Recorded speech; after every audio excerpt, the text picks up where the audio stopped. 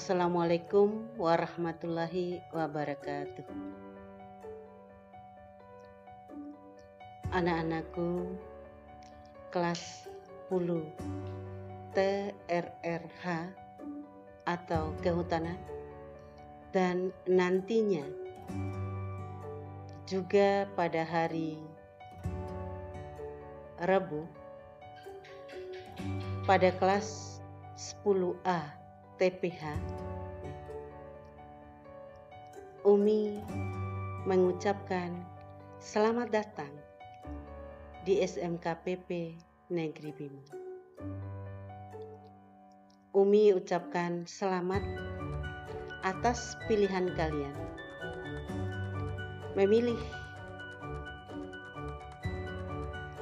bidang kehutanan dan bidang agribisnis tanaman hortikultura untuk menjadi tujuan sekolah kalian selanjutnya. Karena itu merupakan pilihan tepat untuk menjadi pengantar dalam kalian meraih masa depan. Sekali lagi, Umi mengucapkan selamat. Kemudian, pada kesempatan pertama ini, Umi ingin memperkenalkan diri terlebih dahulu, yaitu nama Insinyur Haja Nur Laila, lahir di Bima pada tahun 1965,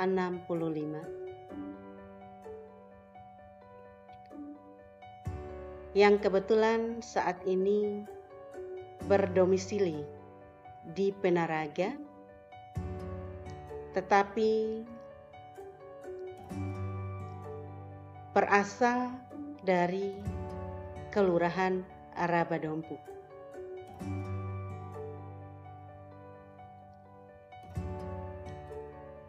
Pada pertemuan pertama ini, sebetulnya Umi ingin berkenalan langsung dengan kalian satu persatu, karena kata orang tak kenal itu makanya tak sayang.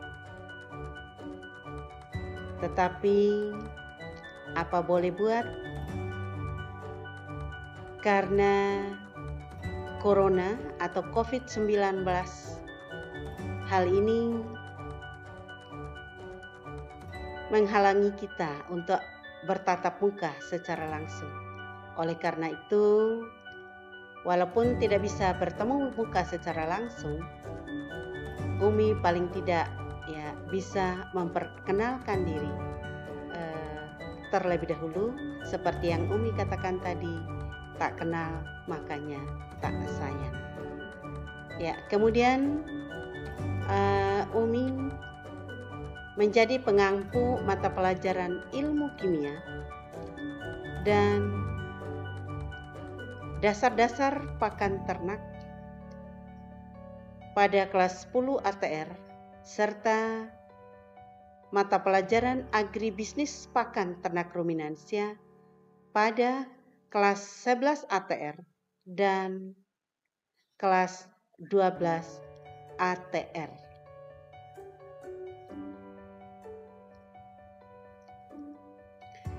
Terkait dengan mata pelajaran kimia,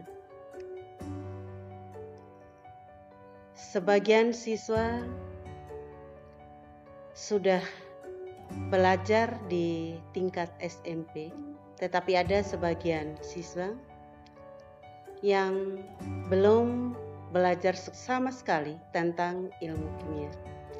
Oleh karena itu, sebelum Umi memasuki inti dari materi yang Umi ajarkan, Umi akan memaparkan terlebih dahulu apa itu pelajaran kimia.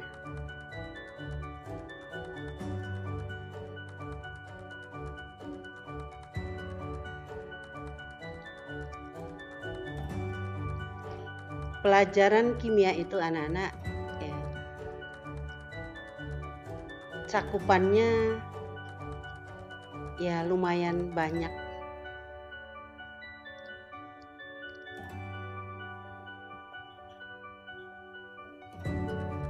Karena boleh dikatakan ilmu kimia itu bisa masuk pada semua bidang ilmu yang lain, berkaitan dengan semua bidang ilmu yang lain. Nah, oleh karena itu ada baiknya kita mengenali dulu apa yang disebut dengan ilmu kimia. Ilmu kimia sebetulnya berasal dari suatu kata dalam bahasa Arab yang berasal dari kata kimia. Kata kimia ini bermakna perubahan zat. Sehingga pada akhirnya ilmu kimia ini didefinisikan sebagai ilmu yang mempelajari tentang susunan, struktur, sifat, dan perubahan materi, serta energi yang menyertai perubahan tersebut.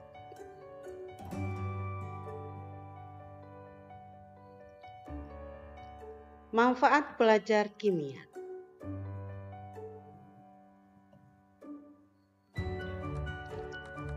Manfaat belajar kimia itu akan memberikan pemahaman terhadap lingkungan alam sekitar dan proses yang terjadi pada alam sekitar. Yang berikut, kita bisa memahami produk-produk bahan kimia yang bisa menimbulkan masalah. Kemudian kita bisa memahami produk-produk yang bermanfaat. Kemudian juga kita bisa memahami bahan-bahan kimia yang berbahaya bagi tubuh.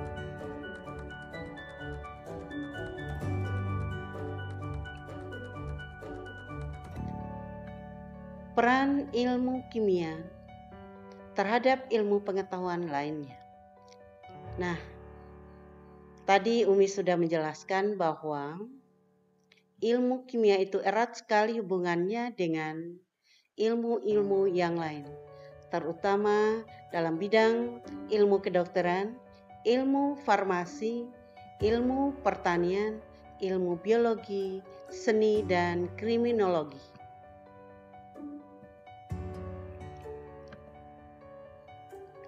Nah, peran ilmu kimia dalam bidang kimia terutama untuk mendiagnosis penyakit. Nah, kemajuan-kemajuan di bidang kimia, nah inilah antara lain yang bisa memberikan pengetahuan kepada dokter maupun orang-orang yang berkecimpung dalam bidang kedokteran, ya, yang pada akhirnya dengan ilmu, dengan alat, dengan bahan kimia yang berkaitan dengan bidang kedokteran itu bisa mendiagnosis penyakit. Kemudian yang berikut, kaitan ilmu kimia dengan ilmu farmasi. Nah, ini sebetulnya sangat-sangat erat sekali karena rata-rata obat-obatan hasil ciptaan dunia apoteker atau dunia farmasi, nah itu merupakan bahan-bahan kimia. Nah, tentu orang yang menciptakan obat-obatan maupun yang memproduksi obat-obatan itu terlebih dahulu memahami kimia dengan baik.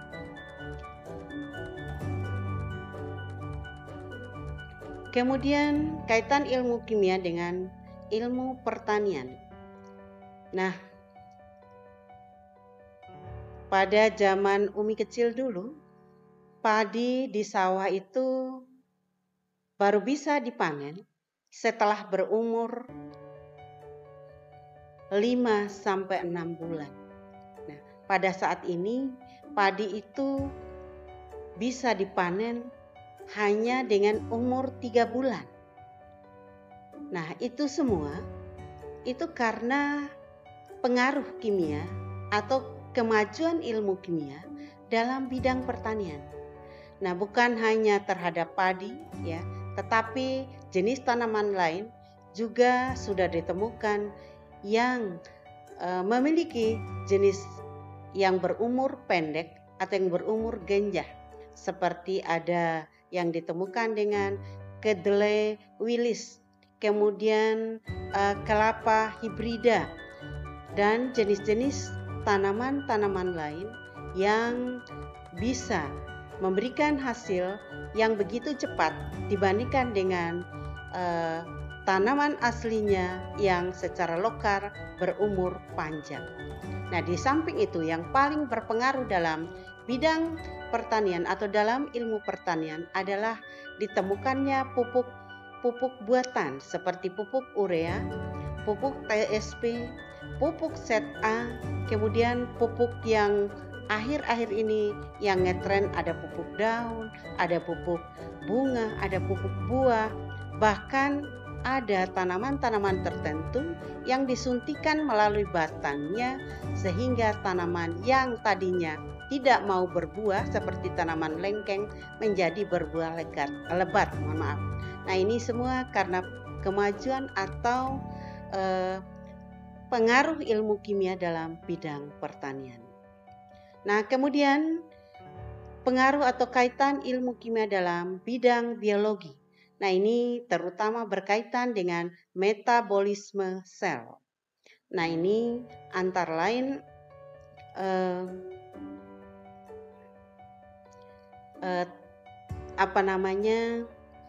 yang ditemukan oleh Mendel, yaitu rekayasa genetika.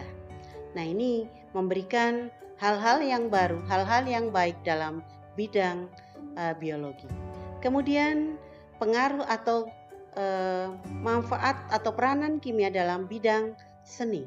Nah, ini terutama adalah dihasilkannya cat-cat yang berkualitas bagus sehingga bisa dimanfaatkan dalam bidang seni, dalam bidang gambar, dalam bidang dekorasi ruangan dan sebagainya sehingga menghasilkan seni yang berkualitas bagus. Kemudian yang berikut adalah dalam bidang kriminologi.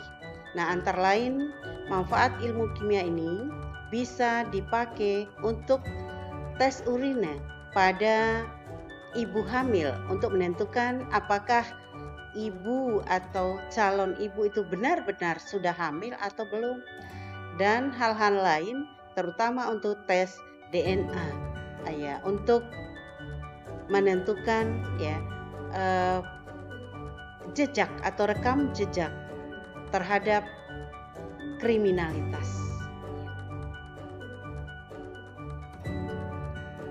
Nah, sekarang baru kita masuk pada inti sebenarnya yang merupakan materi pertama Umi yang berkaitan dengan ilmu kimia yang diajarkan pada kelas 1 TRRH atau kelas 10 kehutanan.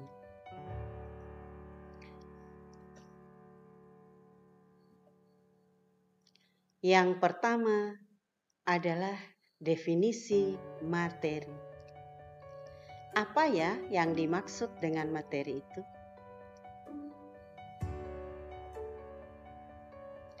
Nah, secara definisi, materi adalah segala sesuatu yang memiliki massa dan menempati ruang.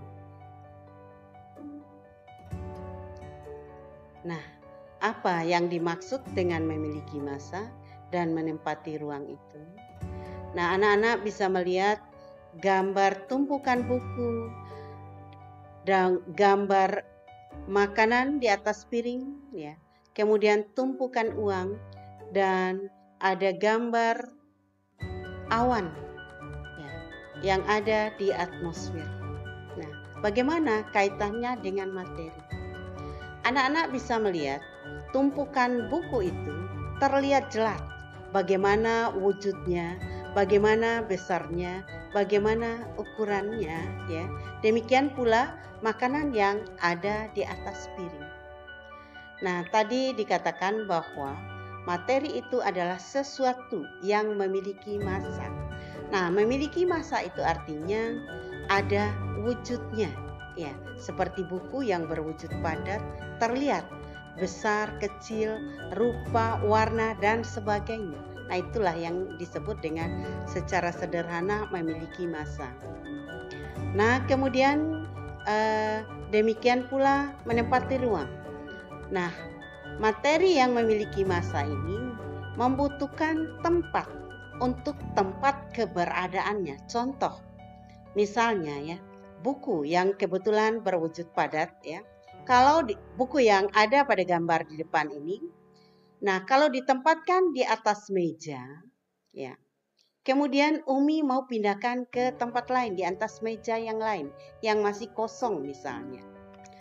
Nah, pada saat Umi pindahkan tadi, walaupun meja itu masih kosong, untuk menjadi tempat keberadaan buku tadi, tentu akan menggeser paling tidak udara atau massa udara yang sebelumnya menempati bagian atas dari meja tadi. Nah, itu akan terlihat jelas misalnya kalau di atas meja kedua yang akan menjadi calon tempat tumpukan buku yang akan Umi tempatkan, kalau ada benda lain atau ada materi lain. Nah, kalau Umi ingin memindahkan tumpukan buku tadi, tentu Umi akan memindahkan dulu ya benda atau materi yang berada di meja calon tempat tumpukan buku yang akan Umi pindahkan. Baru bisa ditempatkan buku tadi. Nah, itulah makna daripada menempati ruang. Ya, mudah-mudahan anak-anak bisa memahami maksud Umi tadi. Nah, selanjutnya sifat materi. Materi yang Umi jelaskan pengertiannya atau pemahamannya tadi memiliki sifat-sifat yang dikenal dengan ada sifat fisika, kemudian ada sifat kimia, ada sifat intensif, dan ada sifat ekstensif. Apakah yang dimaksud dengan sifat fisika tadi?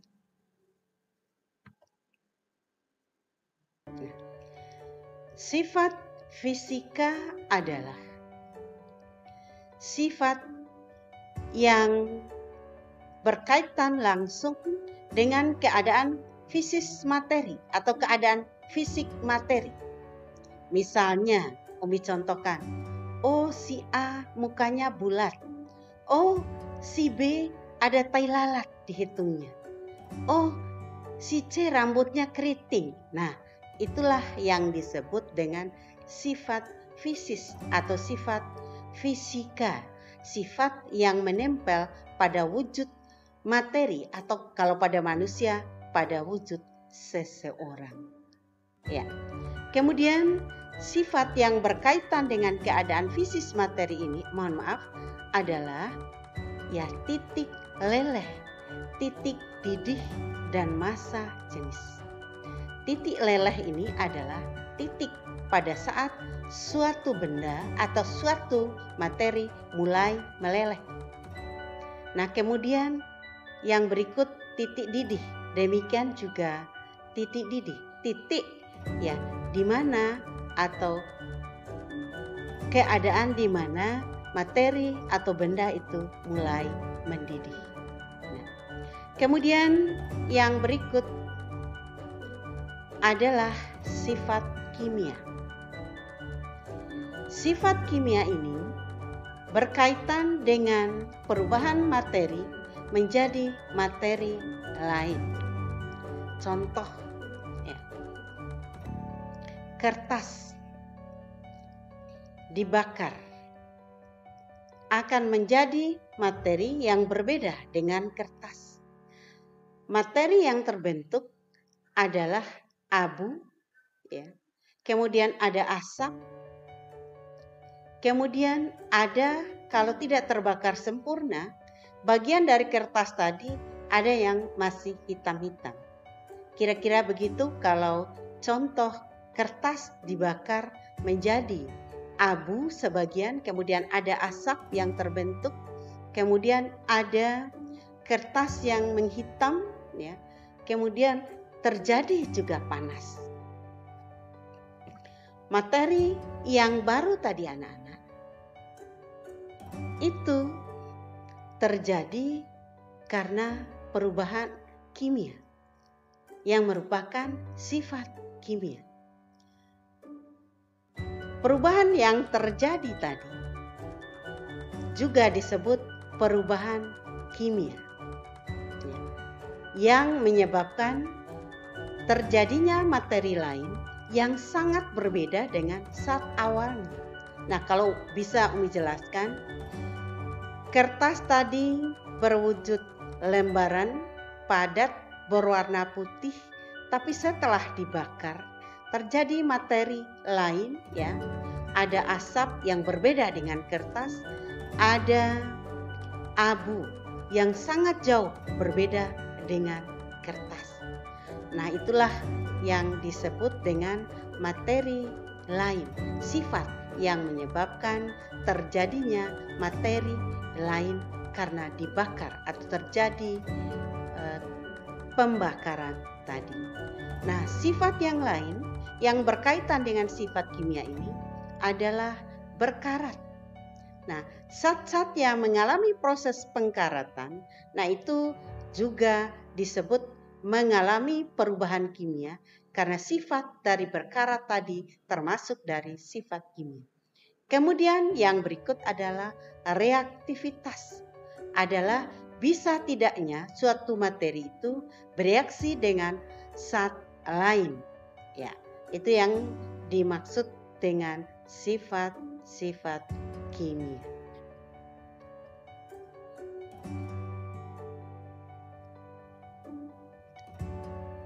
Ya, untuk pertemuan pertama ini Umi cukupkan sekian saja dulu. Tetapi sebelum Umi akhiri, Umi berikan dulu tugas. Tugas yang pertama adalah tanggapan dari kalian seandainya kalau materi yang Umi jelaskan tadi masih ada yang kurang difahami. Anak-anak boleh mengirim chatting kepada Umi bagian mana yang kurang difahami itu. Kemudian yang kedua adalah tugas yang harus kalian jawab atau yang harus kalian tanggapi, yaitu menjawab pertanyaan-pertanyaan yang menjadi bagian dari penjelasan-penjelasan Umi tadi, yaitu kalian harus memberikan contoh manfaat ilmu kimia dalam bidang kedokteran, dalam bidang farmasi, dalam bidang pertanian, dalam bidang biologi, maupun dalam bidang kriminologi, minimal masing-masing satu contoh selain dari contoh yang Umi sebutkan tadi. Ya, mungkin demikian saja dulu materi pada saat ini. Lebih dan kurangnya Umi sampaikan permohonan maaf. Wassalamualaikum warahmatullahi wabarakatuh.